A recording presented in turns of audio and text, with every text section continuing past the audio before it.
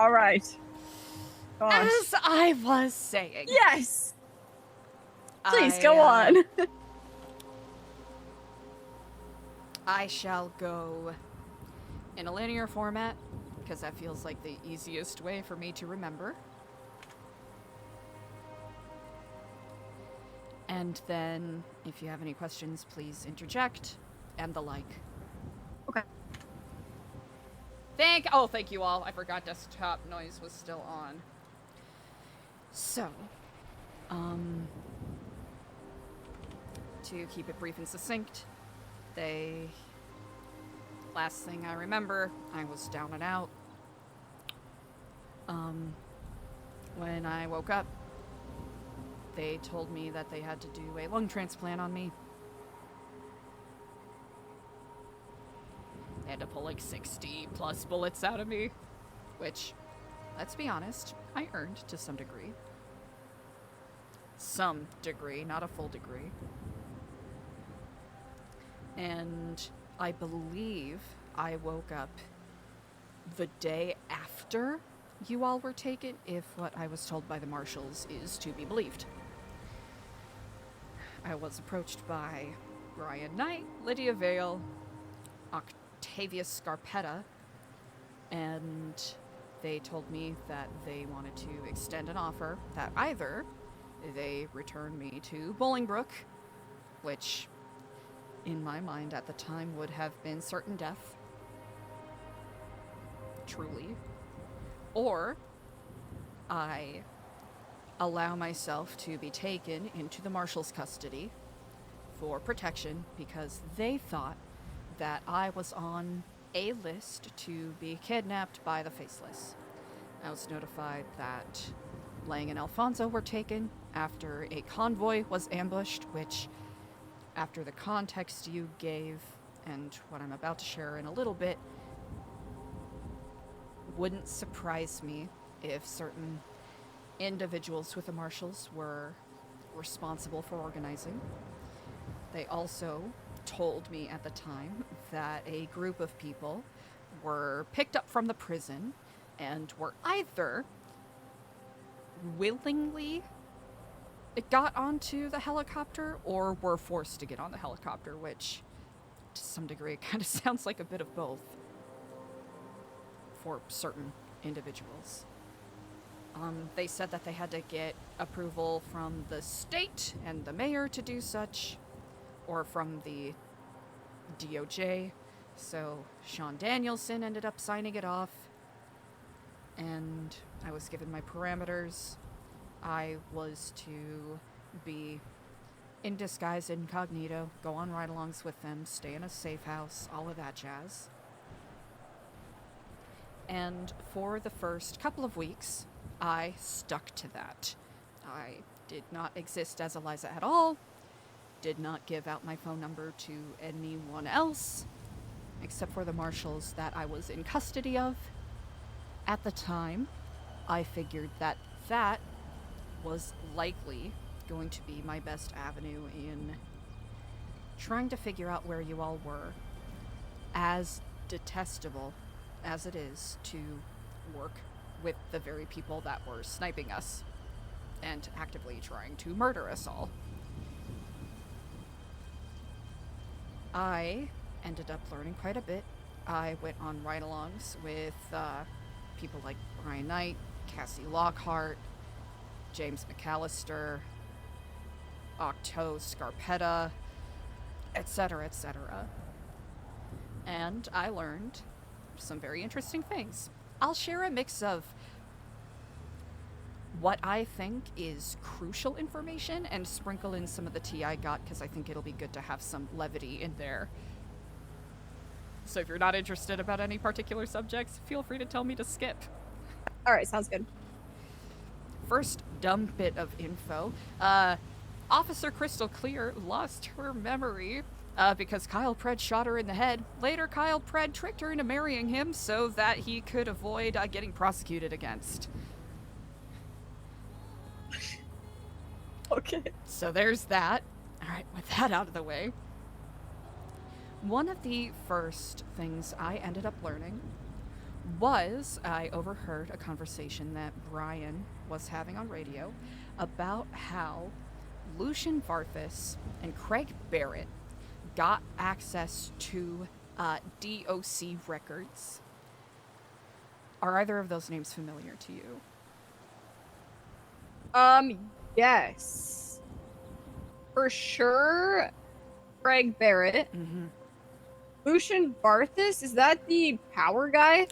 That is the archivist. So, Got it, yeah. Craig Barrett, former Marshal, interim head of the Marshals after Gunnar Kane was impeached, has been working with the archivists. Lucian Varthus, which at one point we thought was just one person that was the representative of the archivists, is actually a shared name that multiple people who are a part of the archivists work under, kind of like Guy Fawkes for Anonymous, if that is something you are familiar with. So Not really, no.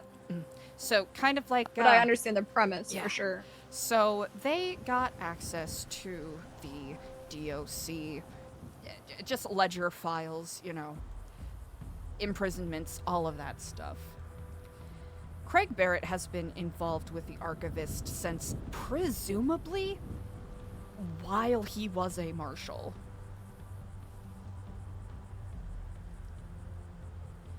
And was one of the people who met with the Faceless on behalf of the archivists all the way back in January. So presumably, and there's been some other bits of anecdotal proof here, the archivists have been actively working with the Faceless, since the archivists have been working with accessing state-level documents, bank documents, etc. Previously, they were doing it to expose corrupt individuals in government, like Michael Rozelle and Junior Huntley. But they stopped posting things publicly. They started sharing things secretly with the people that they have aligned themselves with. They are also the people that, for a period of time, were responsible for power outages that would happen in the city periodically.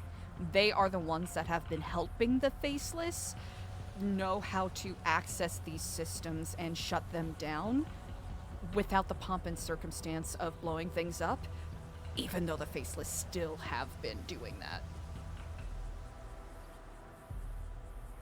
Okay, I need you to pause for Absolutely. like 2 minutes really fast.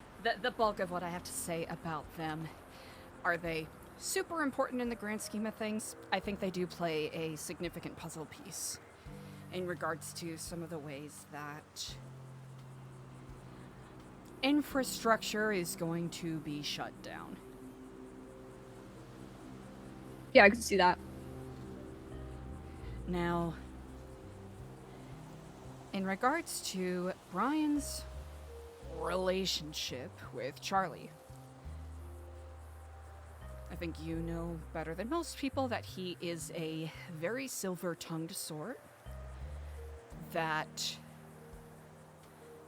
kind of uses plausible deniability and lies by omission very much to his advantage.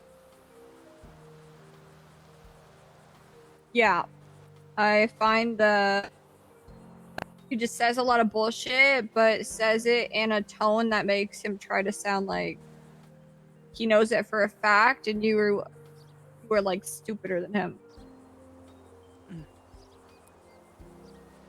There was a lot of brouhaha at the prison.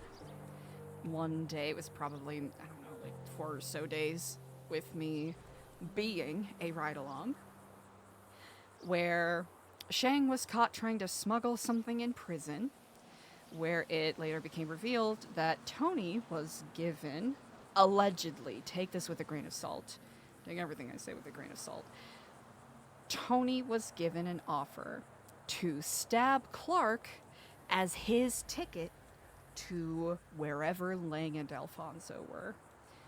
When confronted about it, Tony lied and said he didn't know anything about it. Brian called Charlie. Charlie said, I don't know what the fuck you're talking about. Brian basically says to Charlie straight up, hey, I will deliver Tony to you as long as you stop causing issues. Well, that's great, isn't it? Charlie denies, and then whatever happens, the details are a little lost on me. Tony ends up, I don't know if he succeeded in stabbing Clark or what, but he ends up getting picked up and brought to the island willingly, is my understanding. That is all factual information. Good to know. But Brian was more than happy to, act as a facilitator so that they wouldn't have to deal with the prison anymore. Brian also really spent a lot of time lamenting, and I observed in person something that we're already quite aware of was, by and far, most of the departments are more engaged in petty, catty bullshit than actually doing anything of value to protect themselves or other people. Where it's been falling on the few officers, and I'll even be generous enough to extend the few marshals that actually do work and care about protecting people. But I also recognize I am witnessing this from a explicitly privileged position. I don't know if I would still be... I'd like to think I'd be able to fend for myself on my own, but I do not know if I'd still be alive if I was left to fend for myself on my own. Simply by virtue of the fact that I, in the first week, could not physically walk for more than maybe a minute at a time. So I'm going to acknowledge my perspective comes from that experience. That's not to say that there are still individuals that are incredibly callous and disconnected from just the base aspect of humanity that their job demands. Brian expressed a lot of opinions that I thought were interesting. He expressed Darkstone can't be trusted, most of the PD can't be trusted, the government can't be trusted. And I think that is a very interesting perspective that a lot of members of the Marshals share, of their own volition, which I think is really interesting. There seems to be a growing restlessness about whether or not the oath they made to the state is what they signed up for, which is a little ironic, but, at least they're coming to that consensus eventually. The satellites that are pictured in the faceless tablet, those change position sometimes. For a while, they all pointed at the Epsilon building, which has multiplied in the number of satellites that are on top of it. There was a day where they ended up raiding it.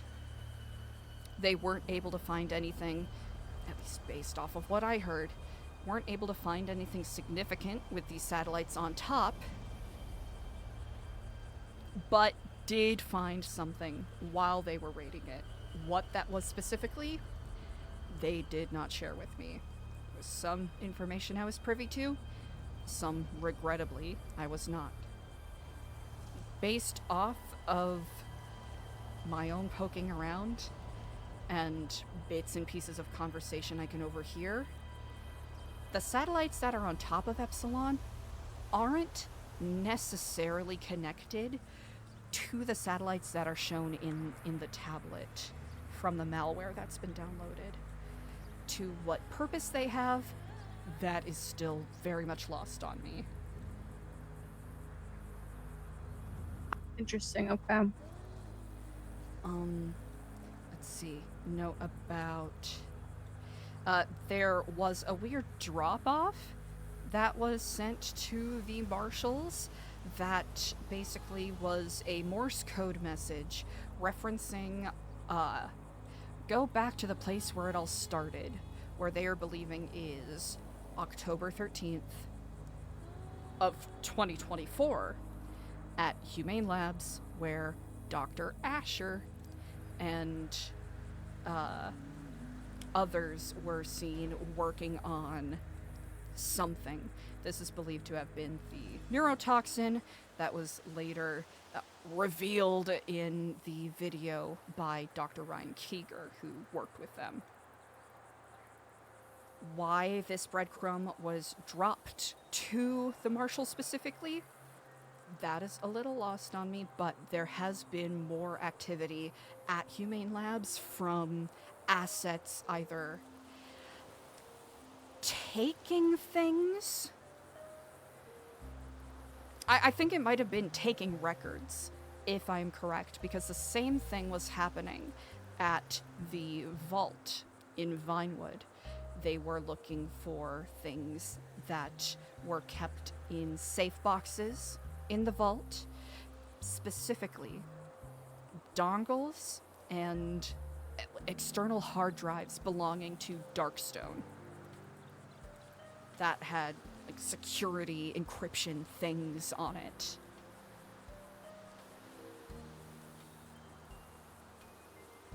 That is how they were able to get the PC to raid the Epsilon building, because Diego, among others, were involved in that.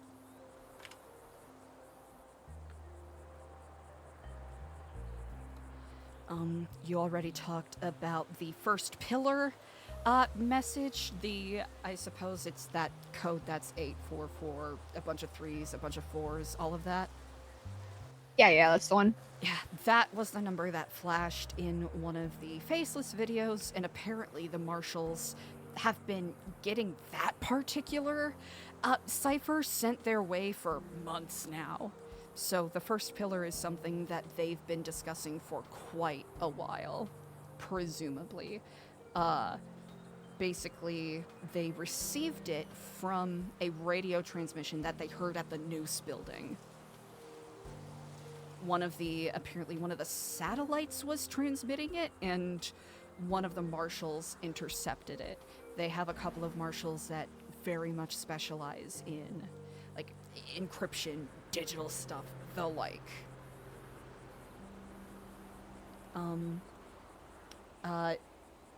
Brian had access to a Faceless application that talked about Project Convergence. Does this sound familiar at all?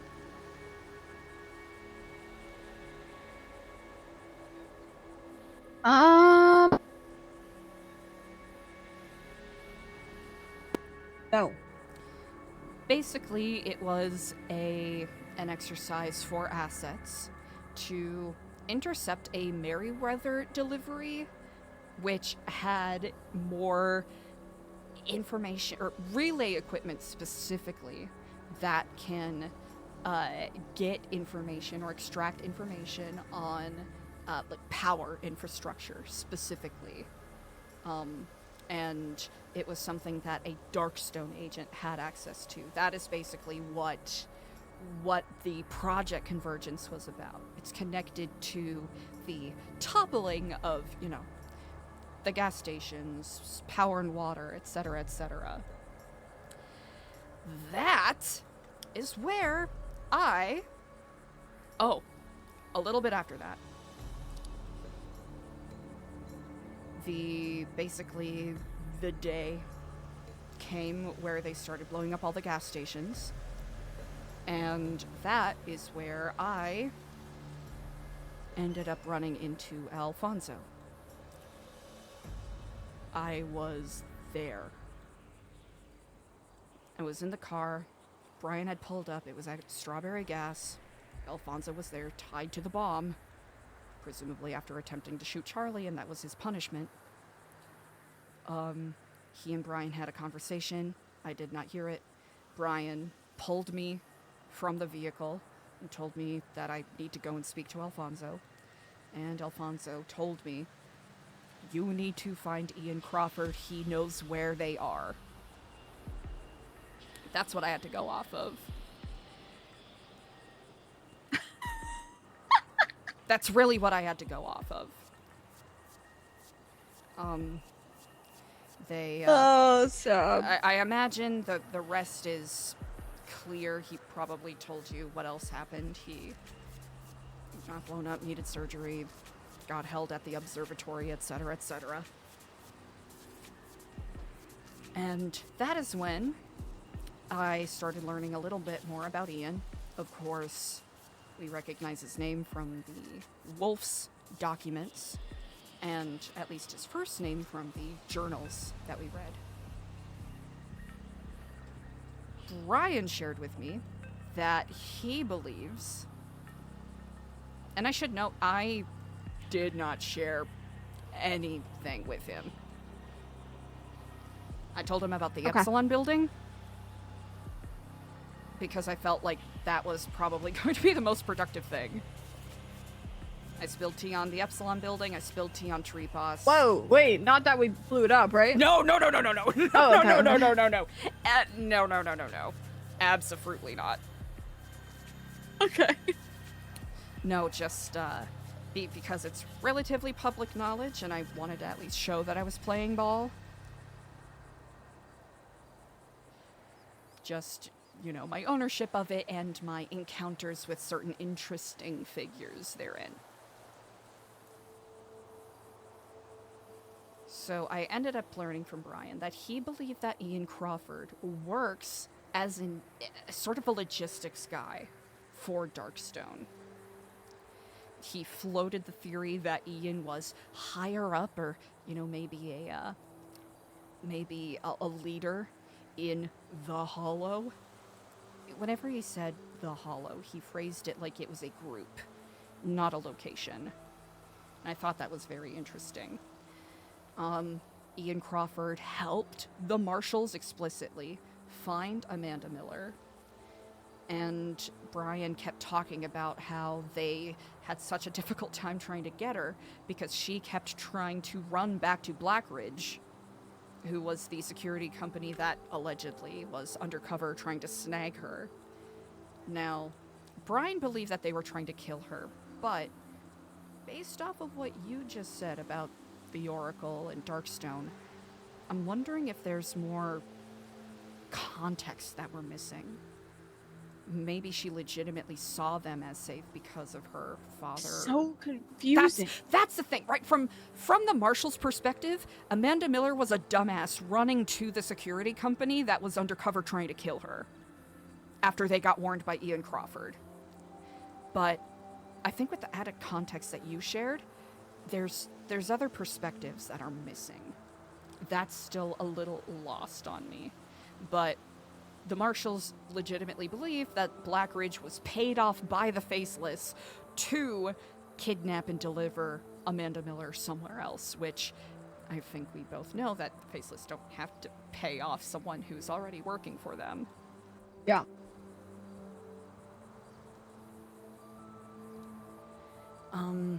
He went on about, he has his theories as to why the prison was being targeted.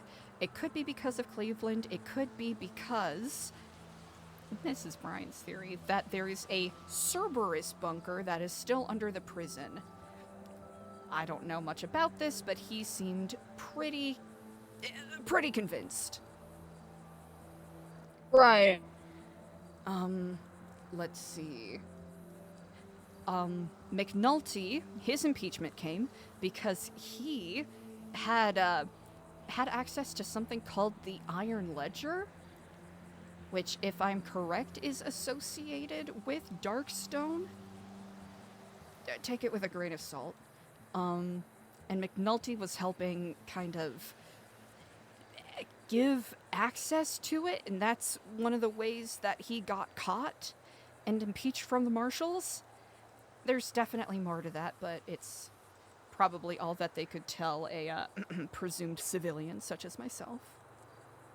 Ian Crawford was spotted by Skylar Sparks, meeting with Hassan Bashari at the golf course.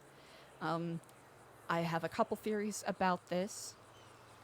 Actually, a little more now that you've given context that Tripos were on the island. So it Yeah. could be that maybe Hassan and Ian were planting seeds for them to come to the island if shit got bad. Maybe because Ian is allegedly involved in logistics, he spoke to Hassan because Hassan is a pilot and owns a plane transport service. It could be any number of things. From Charlie's phone call with Brian, we spoke about that a little bit. He expects to die. He knows what he signed up for. He has conviction, yada yada. Thinks Brandon's going to replace him, and thinks that it would be very funny if Brian kills him just to get rid of the trouble for both of them. Let's see. Previous head director of the Marshals, Richard Dark, had been working on for a while basically breaches on infrastructure as early as 2+ years ago. Basically, power plant computers, raw oil, different places that harbor important infrastructure getting broken into, nothing particularly stolen, but clearly hacked into, which I find interesting. Let's see. The archivist, which I referenced earlier, forgive me if I'm repeating myself, did assist the Faceless in extracting financial documentation from 2020 up to now and delivering it to the Faceless. What purpose that is, I do not know. Oh. It's nice and relaxing. There's also Brian shared some information with me that I think was pushing me to maybe test to see what I knew or what I would react to, that I can confidently say, for the most part, I did not know before. He told me that he knew definitively, whether or not he actually does, who knows, that Lang is the one who shot Victor Blackwell. He's saying he has a gun that ties Lang to all of it, and as he would reveal each piece of information, he would go, "Oh, did you know this? Oh, you never told you? Oh, wow." You know, kind of that thing. I'm a consummate wannabe know-it-all, but not that much that I would take the bait when it's delivered in that manner. Then Jesus Christ. he ended up talking about some other things that were really interesting, that I am going to be brief with, because I know that you are more than intelligent enough and capable enough to gather the meaning of what I'm saying. Brian told me that he was present when he was a young officer. He was present at the bombing of the FIB building. Went into depth at how he was disillusioned a bit at the time because his chief of police, Bob Smith, didn't really do anything about it. Basically wanted them to pull off and take care of something else instead of tending to what happened. He mentioned seeing something that was left there that tickled his memory or was intriguing to him. He mentioned something. He mentioned his involvement with the Isle of Sanguine. how he was, well, he paid witness to an argument between a father and son that turned into quite literally a civil war, and acknowledged his own mismanagement of how things went down, with how a medic was used to bring a bomb inside. What? To take out the insurgents. Yup! And he lamented that if he were more in charge at the time, he would have, as he has now, conscripted civilian militia members to help fight Sanguine. Wow, so we've gone from medics to civilians now? Yep. I guess progress has been made. I believe medic herself was Veronica Mars. Now... Oh, so progress has not been made. Apparently there was some misunderstandings as to what happened. Apparently she was supposed to plant the bomb and leave, but something happened. There's a lot kind of messy there. He then brings up President Davis's assassination and a symbol that was left there. And then he brought up a building that something happened to up in Polito that a symbol was left at. He was being very pointed with the way he was saying things. Did he say any names?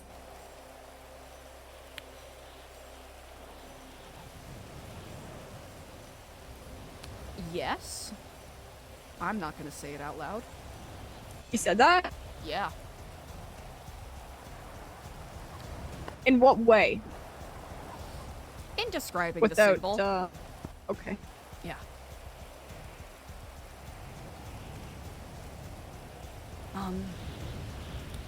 That I think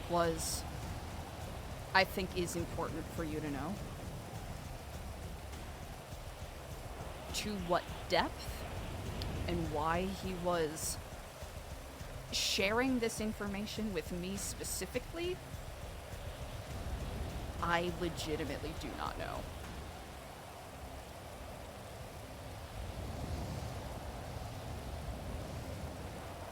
I think it was in loose association with...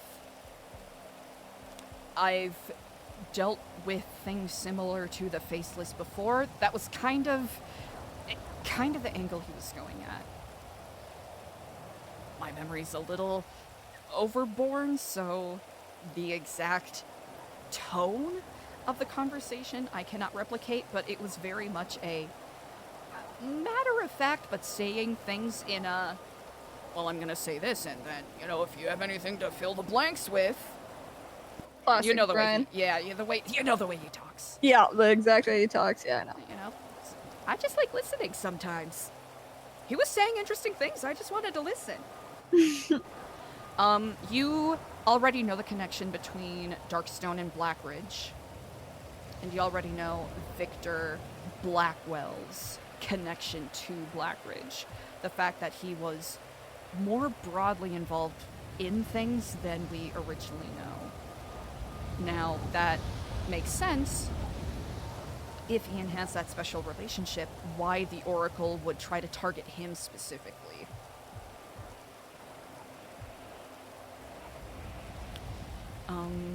So, for about 2 weeks, that's basically what I got.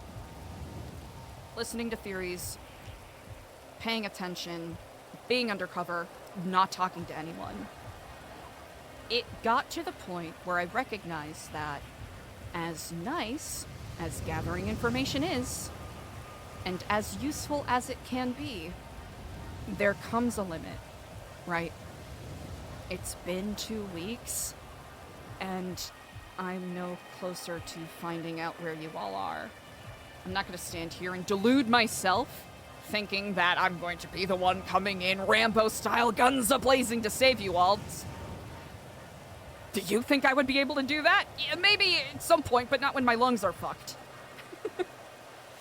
So I had to start thinking of different ways to be productive, because I really had no way to know what was happening to you all. The only context I have is what the fuck happened to McNulty and Ming. And if that's what and Barrick Johnson, and if that's what they'll do to them, who knows what the fuck they would do to you all. So I had to slightly pivot. I talked to Brian Knight. I got permission to have a GPS tracker attached to me.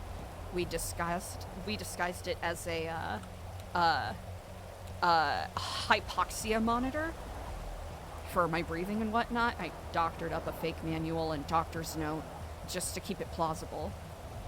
And I sort of, it was overly obvious, but I started putting myself out there so that if I do get kidnapped, maybe this GPS tracker will at least, lead us in the right direction. Now, it was a gamble. I considered that it would be a gamble because who knows if they took me, would they bring me to where you all are? Would they take me somewhere else?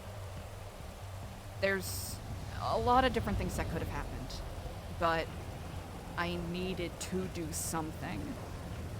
It also was getting to the point where the Marshals were getting so busy that ride-alongs were becoming more and more unfeasible.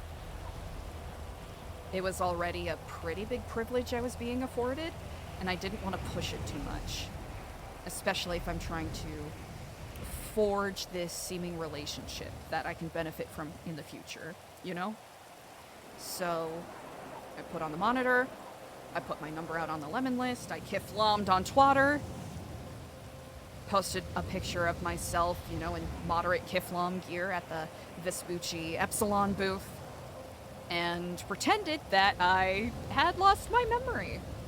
I mean, that much oxygen loss after what happened? Super plausible.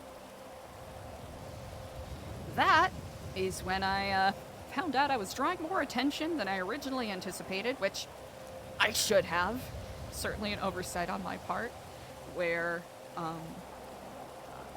Benji, Lizard, Big Mac, Jeff,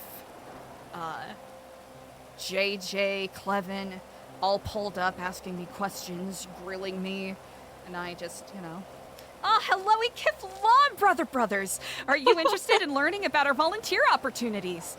It's objectively what I do best. So I threw that at them. They kind of prodded and poked a little bit, and they seemed satisfied. But I wasn't going to take it 100%. So they let me be. And I went a couple of other places to try to, play the part of the amnesiac kiflomer. Try to see if I could bait the faceless out to grab me. Again, it was probably overly obvious, so it, as you can see, wasn't effective, but it was something. If anything, it told me that I wasn't as much of a mark as the Marshals thought I was, but it was probably best that I not express that, just so I can keep utilizing the protection that they gave me. And I'll be honest, the safe house and the food and the money was really helpful as well. They've been showing me a lot of generosity, especially considering what one could say on an objective level is me being a bad person to them, if I wanted to be simplistic about it. But seeds that I had planted a year and a half ago ended up being beneficial. Joe Rosner, who is a marshal now, is someone that I gave his first car and money when he first moved here because he was homeless. So he gave me money and a car when I needed help. So, however we want to look at it, at least, was getting a little bit of a karma kickback. I continued trying to play the false kiflomer while switching into disguises, keeping an eye on places like the FIB building, like the golf course, like the Legion Square building. Trying to be discreet, but seeing if there are any anomalies, any individuals that showed up. A little bit after that, that's when I had a ride-along with McAllister, where he told me about some of his theories about the Faceless and how he had been pinged to meet Ian Crawford a couple of times, but Ian never said a word or gave him anything. Now, whether or not that's true is besides the point, but it's something that I am logging as a curiosity, especially since this person likes to... I don't know if he's waiting for someone to say something in particular, or if he is just rage baiting because he really does have that much power. After a while, I wasn't being particularly successful, but I was getting reached out to by some members of the Epsilon group. Dixie had reached out, and then Diego, who was very concerned about me, which I found quite touching. He reached out to me and wanting to see how I was doing, saying he was worried, tried to convince me that we had known each other for a very long time, and wanted to meet up with me. For a couple days, I put it off because I wasn't sure how sensible it would be to meet up with him. But if I did, there was maybe something I could get out of it. So we ended up meeting up. He basically tried to jog my memory. He seemed rather perturbed that I could not remember him or anything that we had gone through at all. He admitted to me and apologized that he was the one that, tried to do me in.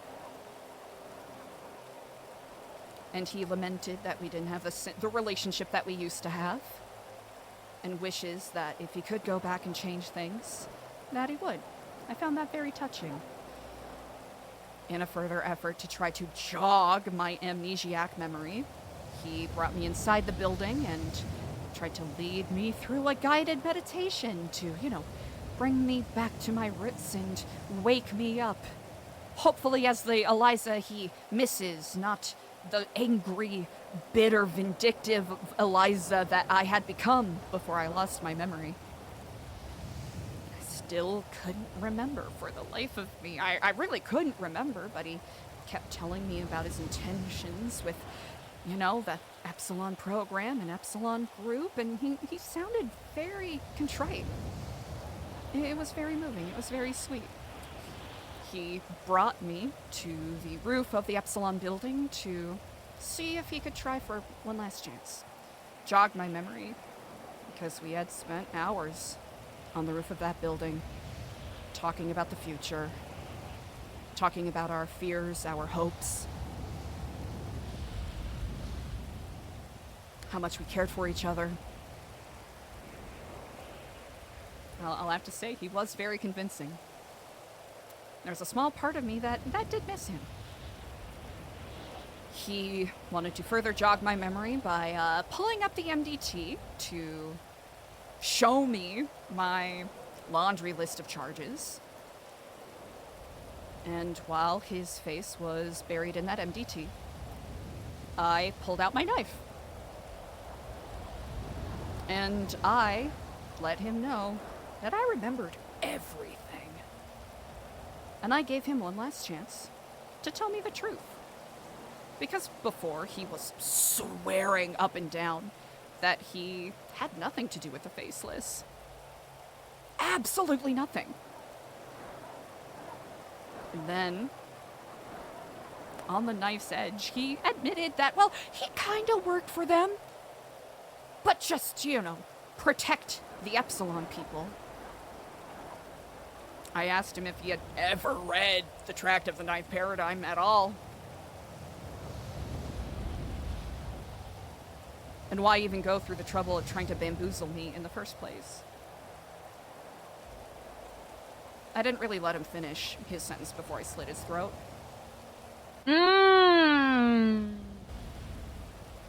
Please tell me he bled out and died on that roof. God, it would be like Christmas. Finally, some good news. I don't know exactly what happened to him, but there was another that found us, which I probably should have anticipated, but that was Dixie Renee, someone who I had warned multiple times about Diego Epsilon's association with the Faceless. She's another one that just wore blue in a medallion and walked around as if that made her anything. And I gave her an opportunity to tell me the truth after she has lied to me multiple times.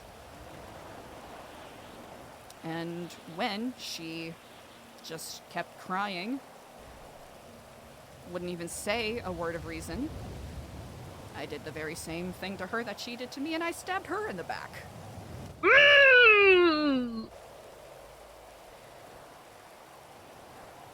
Because I'll be very honest.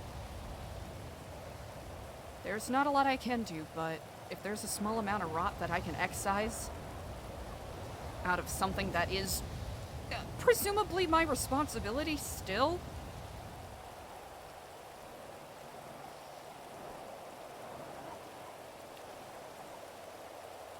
least I can do. Now, I would like to pretend that it was super slick and cool that I did all of that. I can't even say that I feel vindicated. It just felt like I did the right thing. I can't really say Was it even like a little bit cathartic? There was, I will admit, there was some catharsis. Good. Good. Not a punching the air cheering catharsis, but a somehow I could breathe a little bit easier catharsis. Almost immediately after, well, when I was in the car driving away, I got a phone call from Brian Knight asking, "Hey, was that you?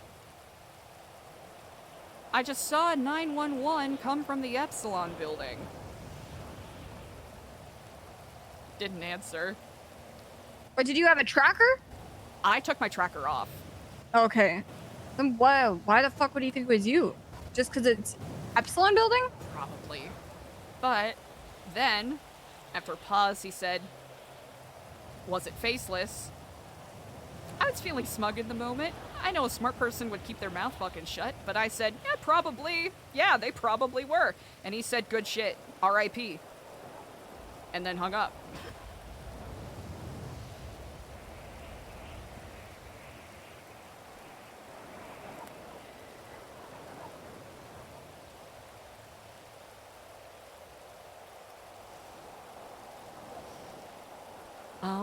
Trying to think. I have tried to... I was cautious for a couple days after that because I'm not gonna bank on me weaponizing Brian Knight's fetish-level hatred of faceless assets to be my safety blanket, so I kept clear of the safe house and other things for a day or so after that.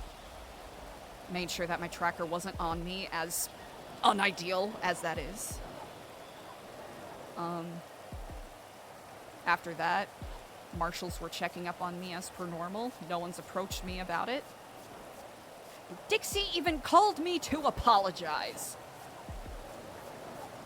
And told me I was right.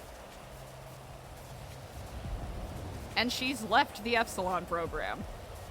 So either I am currently hallucinating, or I played my cards the way I intended and things are just working out for the first time in forever.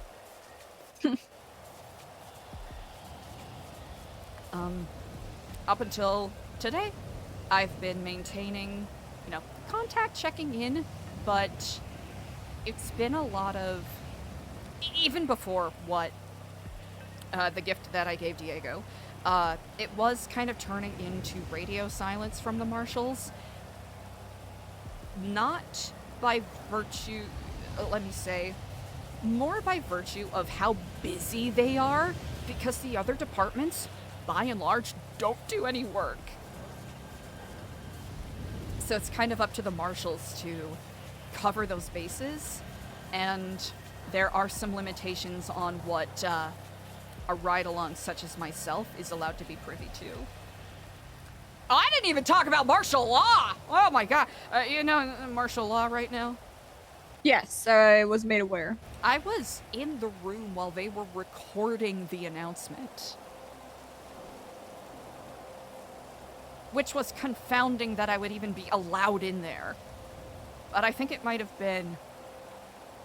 It could have been Brian leveraging the situation to allow me to have a first-person view.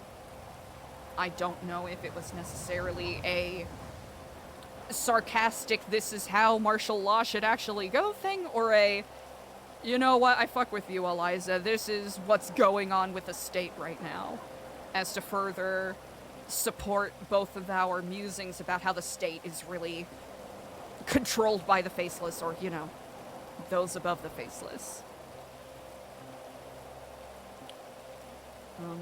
All of that said, wrapping it in a neat bow, there's probably huge fucking chunks that I'm missing, but I have yapped ad nauseum for quite a bit.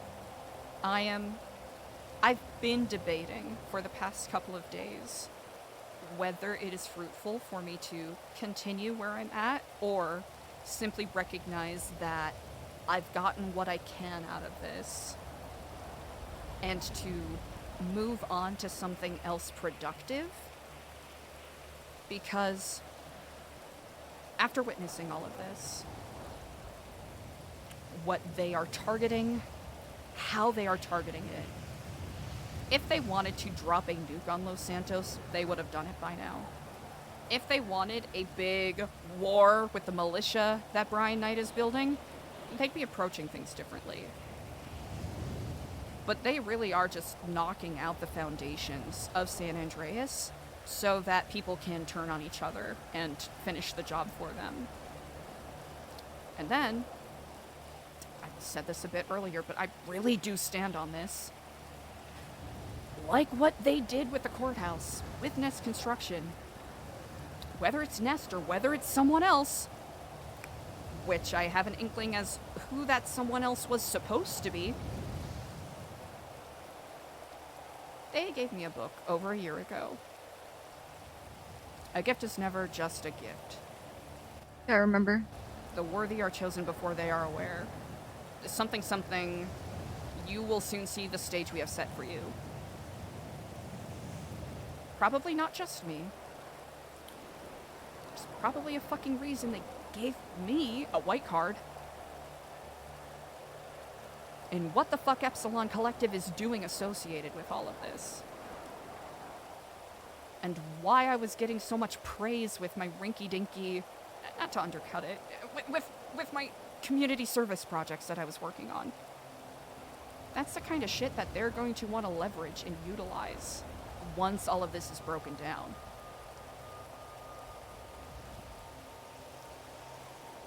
That's where I think the puzzle piece fits in. Sure, there's the satellites on the Epsilon building, but I legitimately think there's more than that. I could be way off base, but I was going to be, or Epsilon, right, whether it was me or not. We were going to be expected to perform the helpers after everything falls apart. I mean, Nest has funneled billions into Epsilon before. Why not again? It makes sense that a nonprofit would have a fuck-ass ton of money to help reupholster fallen infrastructure. Regardless of whether or not they are filthy kiflamers, people would, you know, general populace that doesn't give a shit would probably be delighted.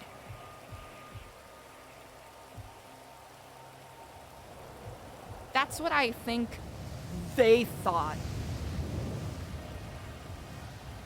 Or that's what I think they were intending to do.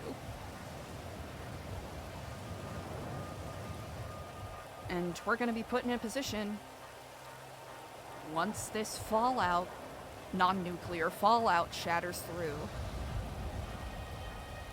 how do we break free of that umbrella? I don't know about you, but I don't want to be beholden to any planted opposition-supported heroics.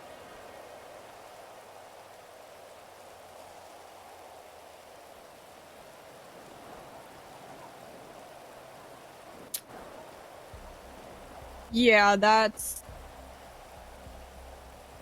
question with very dim looking answer. Yeah. Again, that is a... Because, I mean, we can't do shit for being honest with ourselves. I will recognize it is a cockamamie-ass theory. And it's, like you said, very dour. But at least looking ahead on how to rebuild if we're able to survive this is the most hopeful thing I can cling on to right now. Because I'm realizing more and more, especially with how downtrodden a lot of people are, the wider war has been won. Not physically, but ideologically. Which doesn't do me any pleasure to say, but we are thoroughly outgunned, outplanned, outmanned, outnumbered. I almost quoted Hamilton, and I felt like that was a bad idea. I didn't want to quote Hamilton. Which leads me to... Before I say anything else, do you have any questions? I just threw I have lot of comments that I can make in regards to a lot of things you've said, but I want to make sure you get everything out first before I raise them. Okay. I hope any modicum of that information is useful. It is a lot. That is what is leading me to my next worry. There is...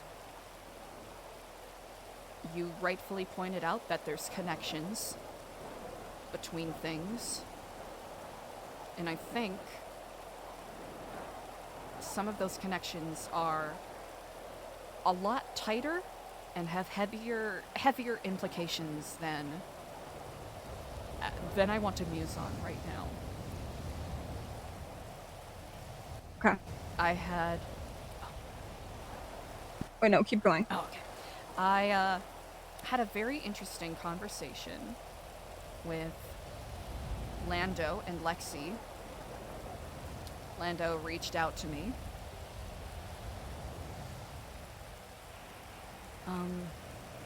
Where I ended up learning about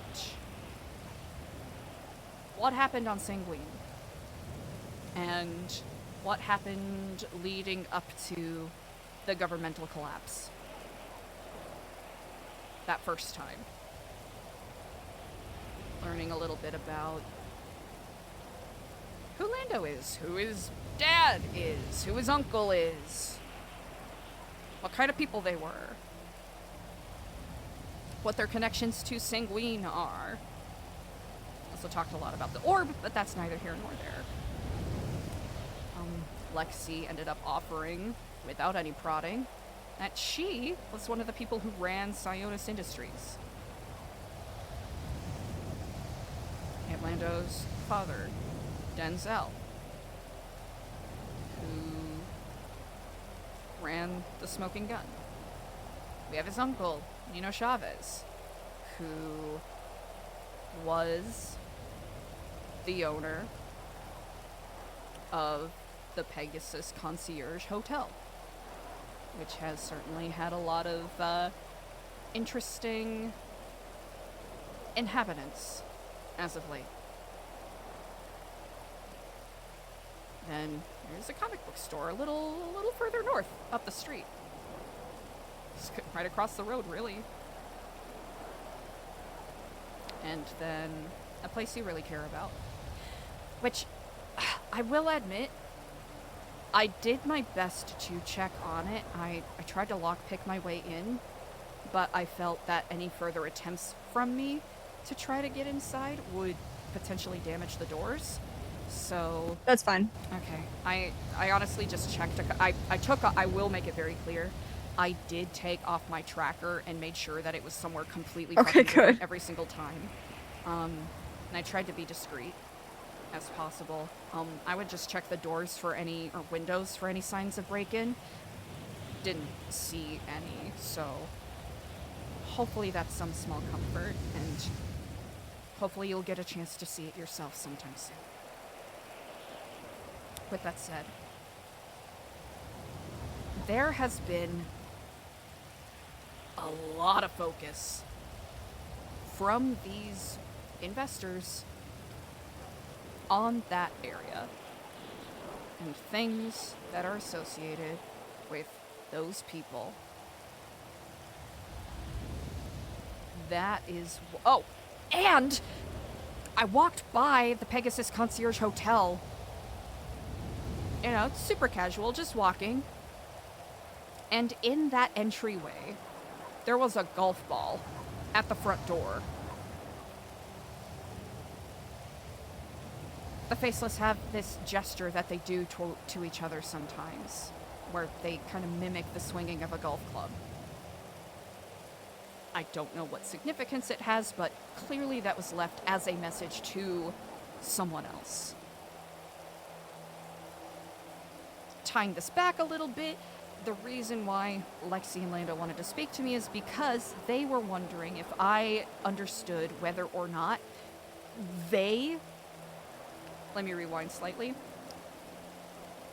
They believe that the Faceless is them from the future because of their associations with the Playboy I did Mansion hear and this the... from okay, them. Okay, perfect. Yeah, we can skip over that one. Okay, you got it. I think it's safe to say that they are probably not the Faceless. I agree. Yeah. It seems fantastical, but Lando is certainly an intriguing individual. That is for certain. With that said, there's a lot of puzzle pieces floating around there. And if what happened in Babylon is any indication, I think Lang has some things that they want. I'm basing that based off of a couple of things. And if it is true that they do not want him dead, clearly they gave him a little bit of leeway on the island. Either they've got other plans for him, which is likely, or there are people associated with this that have deeper connections than either he knows or than he lets on. I'm not going to presume that I have the privilege to know any of those details. That's not why I say this. Hopefully I'll have a chance to say this to him directly, but I don't think they're going to let him retire in peace. I think trouble's going to continue to come to his doorstep. And by proxy, definitively you as well. That is what I am worried about.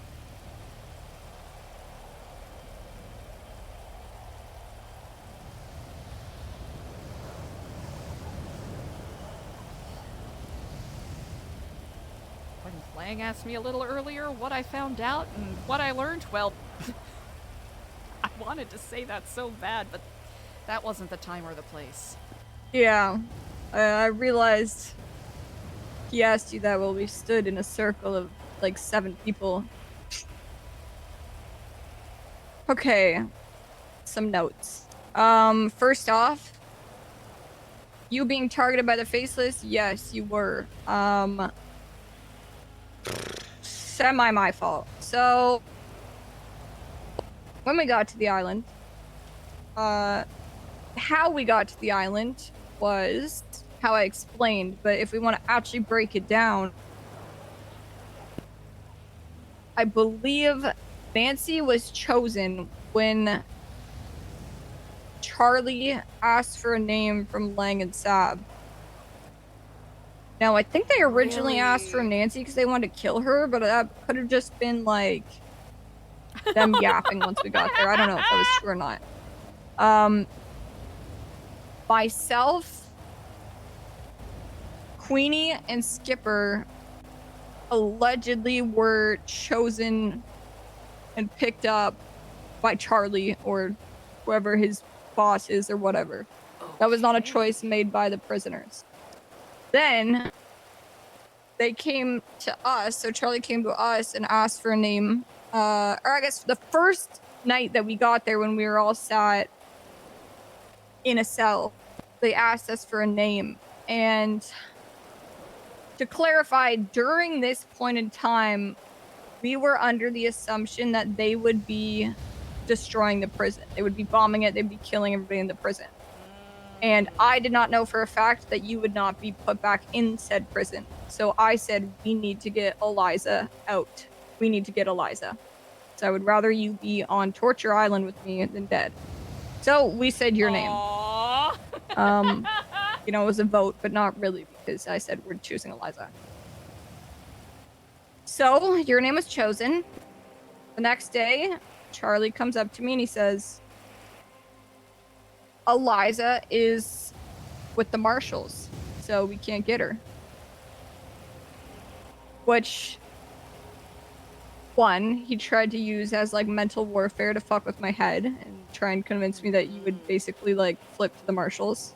And two, this does not really make sense to me in a grander scheme of things, because who else was with the Marshals? Lang and Sab. Yeah. So how could you guys so easily get Lang and Sab, but now you can't get Eliza? Doesn't make sense. When did that stop you before?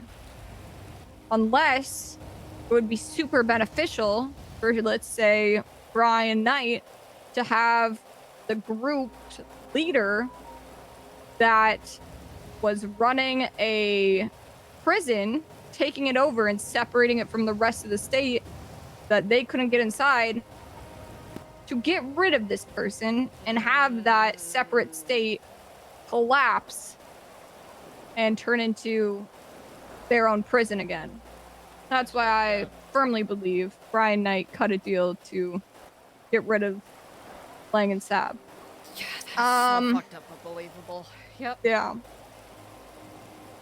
So, Damn. yeah, I mean, just countless times, every time I asked if you were good, where you were at, blah, blah, blah, he would just try and get in my head saying you were with Brian Knight, you were with the Marshals.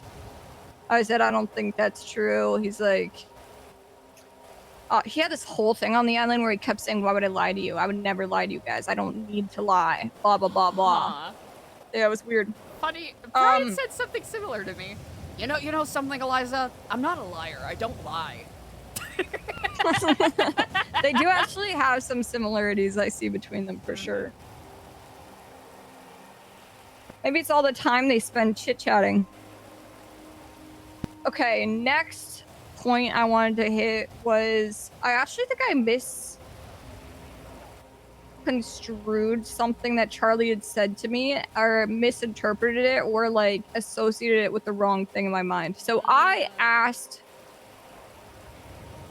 Charlie, and this is after learning, like, through the books I stole, exactly what the Faceless's whole, or I guess even the people above them, I should say instead, their whole shtick was, the blueprint of their plan for the cities before us and us now and the cities after us, and how they bring a city to its knees just to have somebody come in and save it because people are willing to take, you know, to take that person's hand when they are suffering, because they are suffering so badly that nobody else is going to save them. That's their whole shtick, right? And I realized how late into this game we started playing. Yeah. How late into these schemes they were, and we were only starting to see it now. So I asked Charlie, was there a day where we could have stopped this? Damn.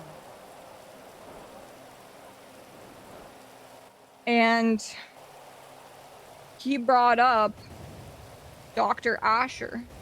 I'm pretty sure he brought up October 13th, 2024. Okay.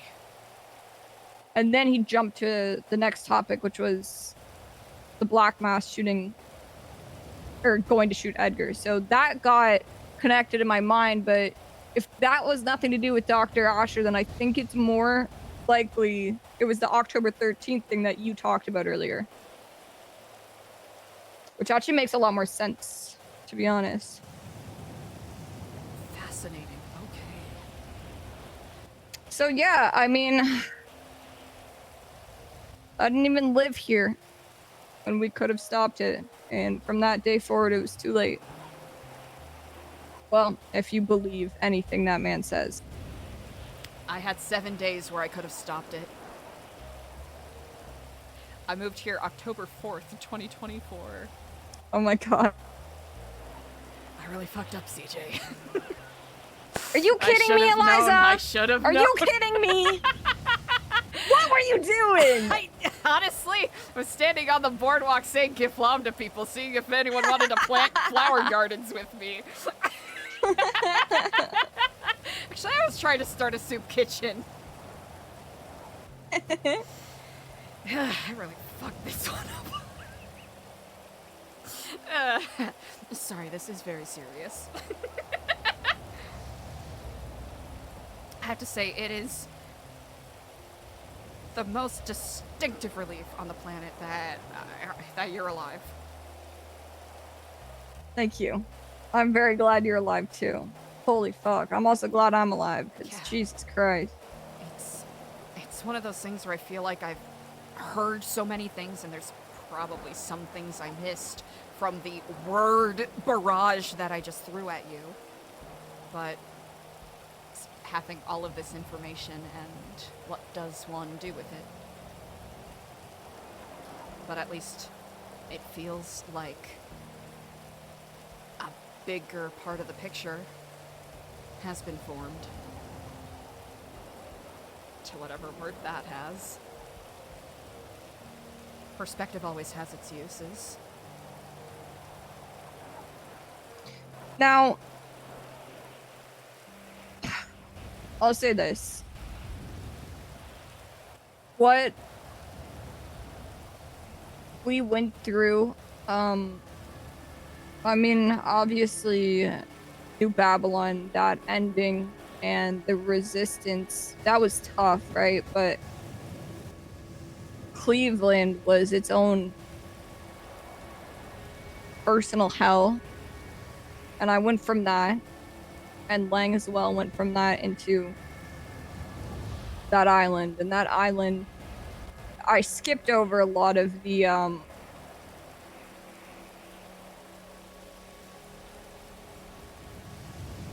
maybe suffering is a word I'll use. But in that, I think also just seeing how easily people betrayed me.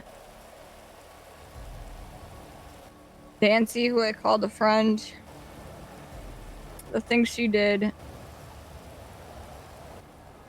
It was a lot. It was a lot, and I think now that we are here, everyone is very tired.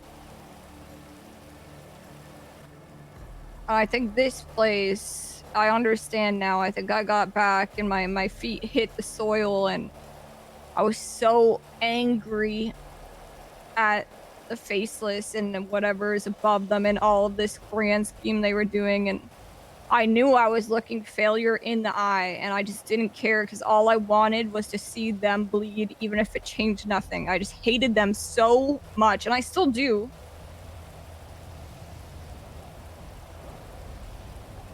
But I think I understand now why this place where we're standing is needed. Because even though I don't think many people here will say it out loud, I think that some healing needs to happen. Some moments of peace, you can call it that, as the city unfolds around us. And there is no room for this fight here. There's no room for any of it here. You know, we're not permitted to bring the marshals, the faceless, any of that bullshit to this door. So I guess what I'm telling you now is wanting to continue down this path, understand what's happening and try to get ahead of it.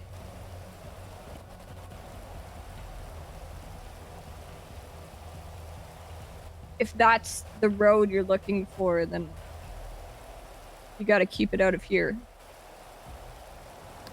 I want you just to be informed before you make that decision. Oh, that is very understandable. And I could have tempered some of what I shared with you.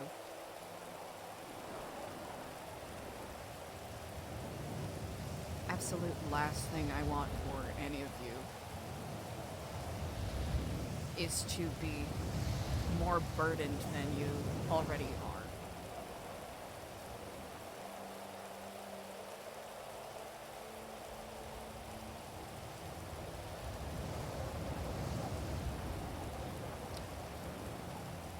And I'm not going to stand here and pretend I wasn't, in a way, complicit with what happened in Cleveland. I know it's not a pleasant thing to bring up, but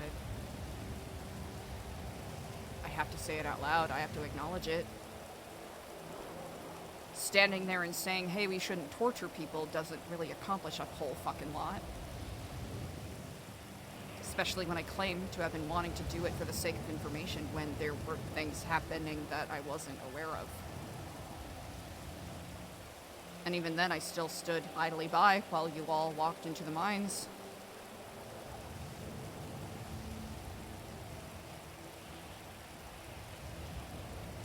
So I truly am not going to stand here and act like I am owed anything. I'll be honest, I was even slightly surprised that I was called here. I imagined with my position would be as a being babysat by the Marshals, kind of, when they're not busy. You'd probably not want me bringing attention here in the first place.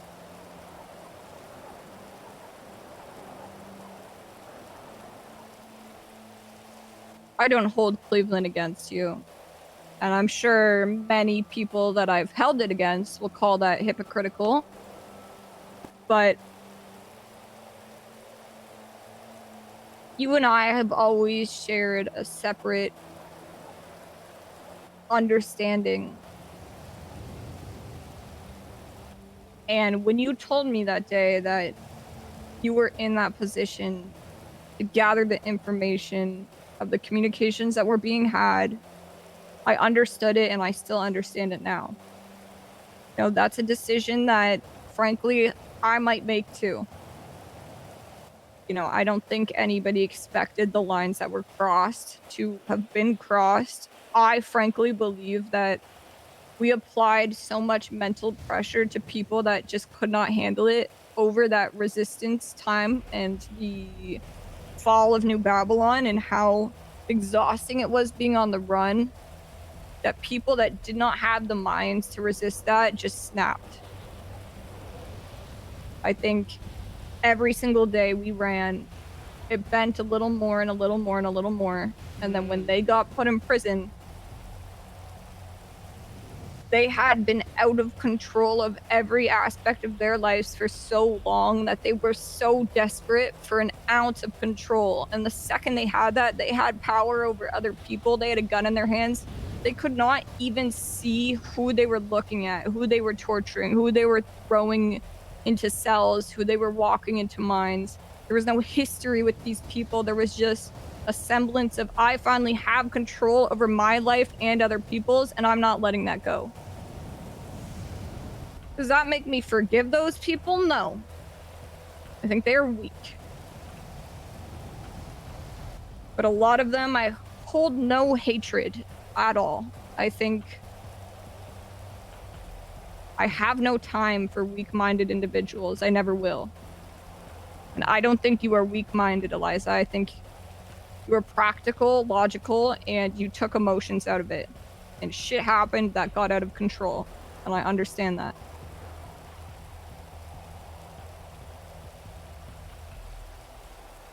Took me a bit of a long road to get there. It's sort of strange. First, I will say, I shouldn't be so astounded by now, but it does astound me how much grace you have.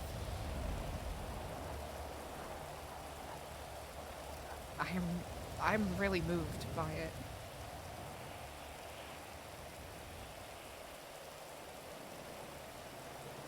Probably the only person that holds that opinion, but I appreciate it nonetheless. It's true. I don't think anyone really understands grace. Or patience.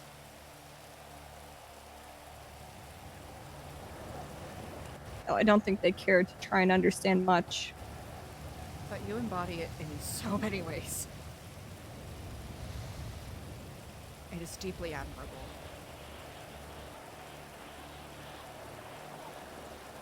And it really took me, I think you can acknowledge this more than anyone else, it took me quite a road to get to the point of... I won't pretend that I'll ever be fully divorced from my emotions because I'm a human being. Right, if someone brake checks in front of me, I'm gonna get annoyed.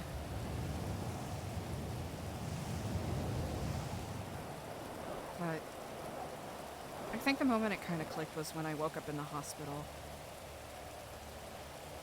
I didn't feel the need to cry or weep. I didn't have any thought about how I felt betrayed.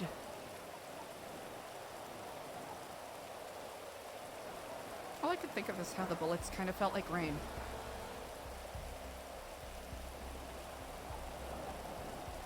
And I was just grateful to be alive and awake another day to walk forward. And any pain I felt was a reminder that there's more work to be done.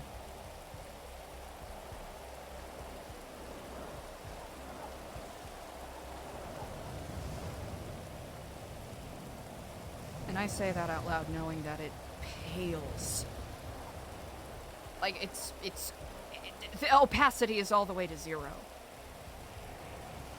Pales in comparison to what you all went through. Truly. We don't need to compare traumas. It's not the trauma Olympics, but, you know, gold medalist over here. Probably shouldn't be so flippant about it, but... That makes it easier. But you all have... Not that peace should be earned, necessarily, but you all have more than earned the chance to have that moment to heal. Regardless of whether or not the fates, or the Stormlord, or whoever, deigns to let you all have that.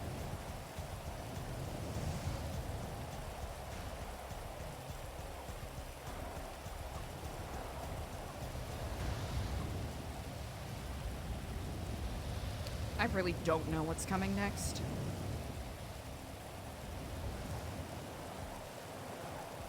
But I really hope you get that time.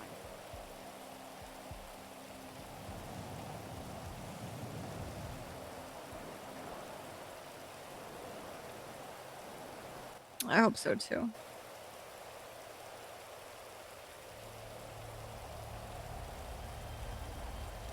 What about you? What's your plans? You retiring, Eliza? I am not certain as of yet. There are still questions that I hope to find answers to. But I don't know if I've exhausted my current avenue as of yet. And I'm not going to... As much as I dearly miss and prize your company, I am not simply going to give into what I want right now. Because if there's still any scrap or crumb of any information that could be useful, and if I am in a position to get it, I'd rather satisfy that than come here with unfinished questions and bringing that baggage into what should be a place of healing. I haven't been through what you all have been through. Probably not going to savor well that I come in going la la la la la. Oh, I got to pretend to be a kiflumber again, and I got to have a nice warm safe house and 3 square meals a day. Like, that's...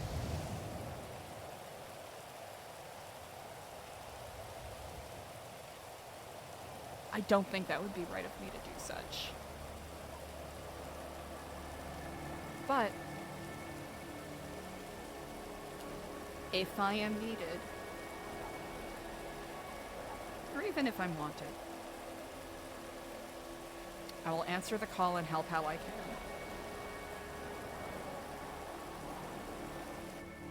Well, I will say, you will always be wanted here. I mean, I can't speak for others, though I do think that they do want you here. For myself, you will always be wanted here.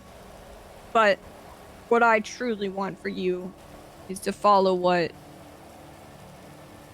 as corny as it fucking sounds, is in your heart and in your mind. Because God knows how long we'll be able to do that.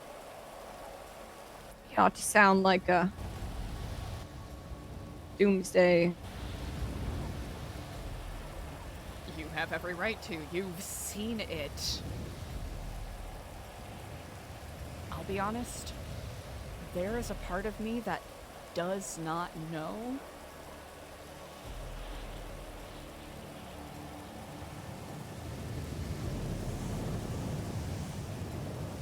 Either I am a gnat and the faceless don't really need or want anything of me, or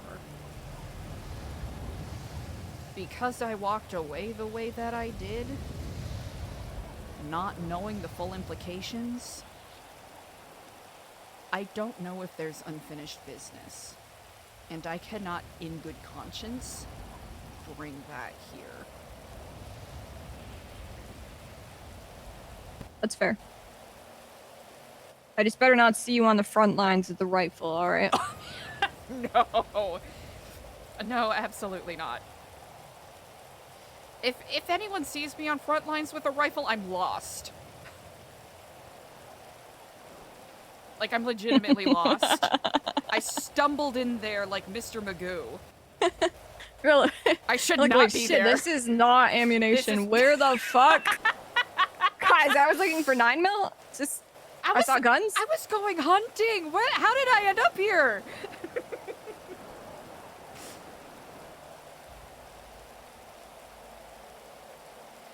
But with that said, as long as it's as long as it's safe, I won't be a stranger. Good. Good. And I must say I'm very, very happy to have had this chat. I feel like it's been ages since I've gotten to just ramble on about this shit. Yep. Same here.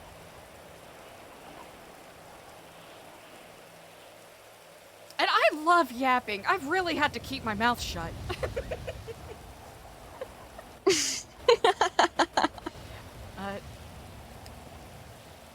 As much as I jest, it wasn't actually that hard.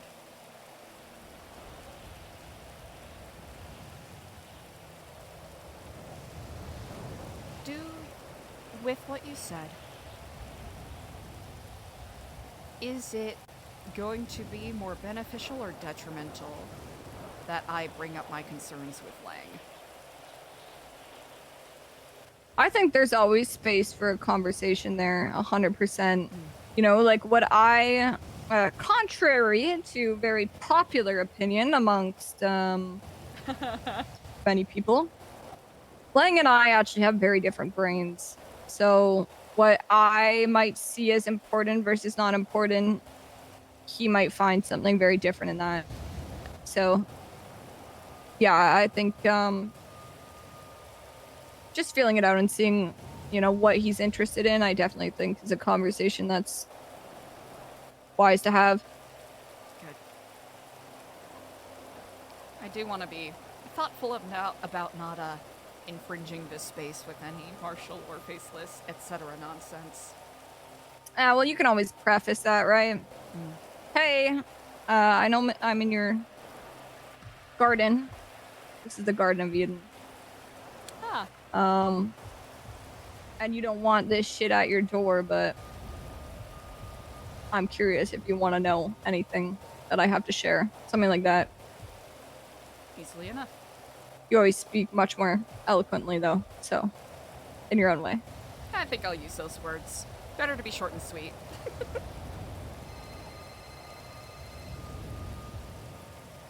Is that me?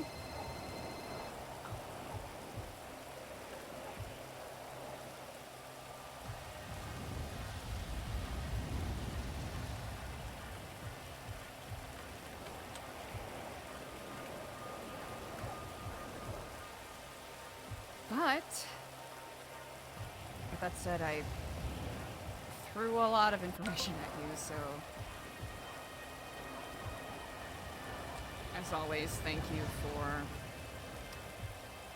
spiraling with me. That was really nice. I needed that. Felt like a weight lifted, you know? Kind of just it being out there and us getting to reconnect. Maybe a step forward into whatever this is gonna be.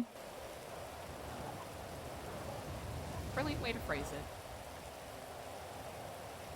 With that said, as much as I would be delighted to take up all of your time, I imagine the time is coming close to where I ought to part ways.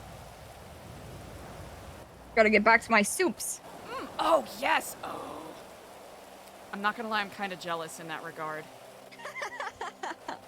I'm very excited for that part, I must say. Well, I'm really glad you came down, and anytime you want to visit, feel free. Can and will do.